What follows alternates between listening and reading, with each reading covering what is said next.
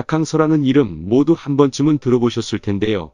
베트남의 영웅 박항서는 축구 약체로 여겨지던 베트남 국가대표팀을 맡아 지휘하고 2018 AFC U23컵 준우승에 이어 2018 자카르타 팔렘방 아시안게임 4위라는 성적을 거둬 베트남 국민들에게 신드롬 수준의 열렬한 지지를 받고 있습니다.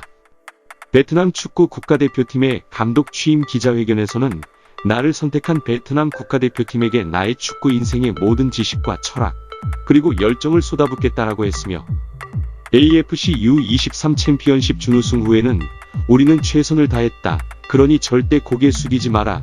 우리는 베트남 선수들이다. 최선을 다한 만큼 자부심을 가져도 된다.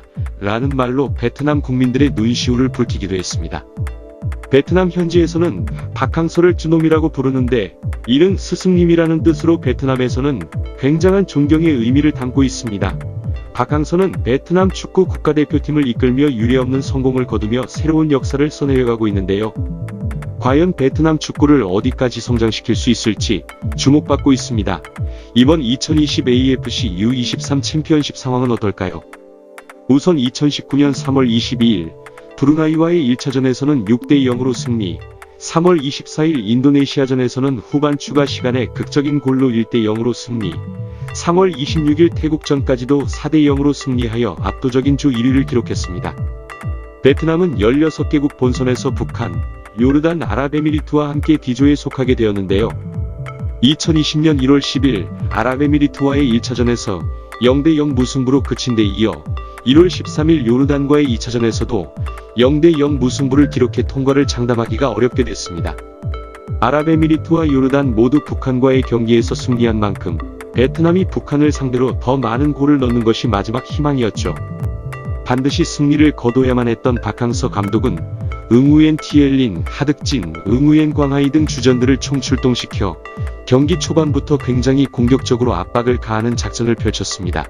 초반에는 베트남 축구팀이 우세하게 흘러가는 듯 했습니다. 전반 16분 후방에서 한 번에 넘어온 공을 호탄타이가 빠르게 따낸 후 응우엔 티엘린에게 연결했는데요. 응우엔 티엘린은 이때를 놓치지 않고 침착하게 골대를 향해 공을 밀어넣으며 북한의 골망을 갈랐습니다.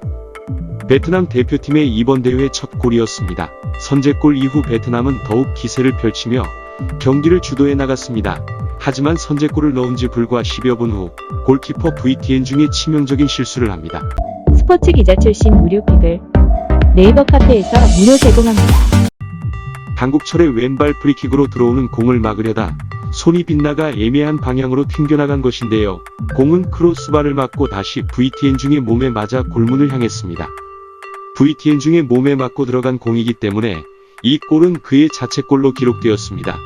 그리고 전반 38분 호탄타이가 페널티 박스 오른쪽에서 차낸 공이 북한 수비수의 손에 맞은 듯 보였지만 페널티킥은 주어지지 않았습니다. 이후 곧바로 이어진 코너킥에서는 티엘린의 헤딩슛이 북한의 골대를 살짝 비껴가고 말았습니다. 심지어 체력에 무리가 온 듯 후반부 수비 집중력을 잃어가기 시작했습니다. 패스미스가 잦아 골을 넣을 기회를 잡지 못한 것인데요. 설상가상 종료 직전 PK를 내준 것뿐만 아니라 선수 한 명이 퇴장까지 당하며 결국 1대2로 역전패를 당하고 경기가 종료됐습니다. 이로써 베트남은 2무 1패, 승점 2점으로 조 최하위를 기록하게 됐습니다. 결국 D조에서는 아랍에미리트와 요르단이 8강에 오르게 됐습니다. 만약 베트남이 북한을 큰 점수차로 이겼다고 해도 아랍에미리트와 요르단의 경기가 득점 있는 무승부로 끝났기 때문에 어차피 탈락은 피할 수가 없었지만 조 최하위라는 성적은 박항서의 등장 이후 성공 역사만을 써내려가던 베트남에게 충격 아닌 충격으로 다가갈 것은 분명합니다. 박항서 감독은 이번 베트남 축구 국가대표팀의 탈락은 자신의 책임이라며 선수들을 감쌌습니다. 또한 경기 중 치명적인 실수로 동점골을 허락한 골키퍼 VTN 중이 누구보다 가장 마음 아파할 것이라며 그를 위로하기도 했는데요.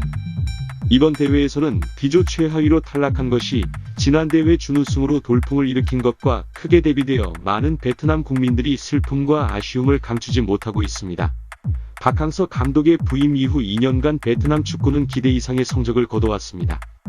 하지만 그 화려한 결과 속에 감춰져 있던 베트남 축구팀의 문제점을 직시해야 할 시기가 이번 대회를 통해 찾아온 듯합니다. 주전 선수들과 비주전 선수들 사이의 실력 격차, 그리고 경기가 후반으로 갈수록 급속도로 떨어지는 집중력과 체력 문제에 대한 대책이 필요할 것으로 보입니다. 물론 아쉬운 성적임은 틀림없지만 박항서 감독은 다시 한번 심기일전하여 월드컵 2차 예선에 집중할 예정이라고 전했습니다. 베트남 축구와 박항서 감독이 이번 대회 결과를 발판 삼아 한 걸음 더 도약할 미래를 기대해봅니다. 안녕하세요. 배팅일건지입니다. 3년 동안 스포츠 분석팩을 비공개로 진행하다가 여러분께 좋은 정보를 드리기 위해서 현재 공개 전환되었습니다. 수많은 패널들을 보유 중이며 많은 프로젝트, 이벤트들을 진행 중이니 고정 댓글을 참고하셔서 많은 참여 부탁드립니다.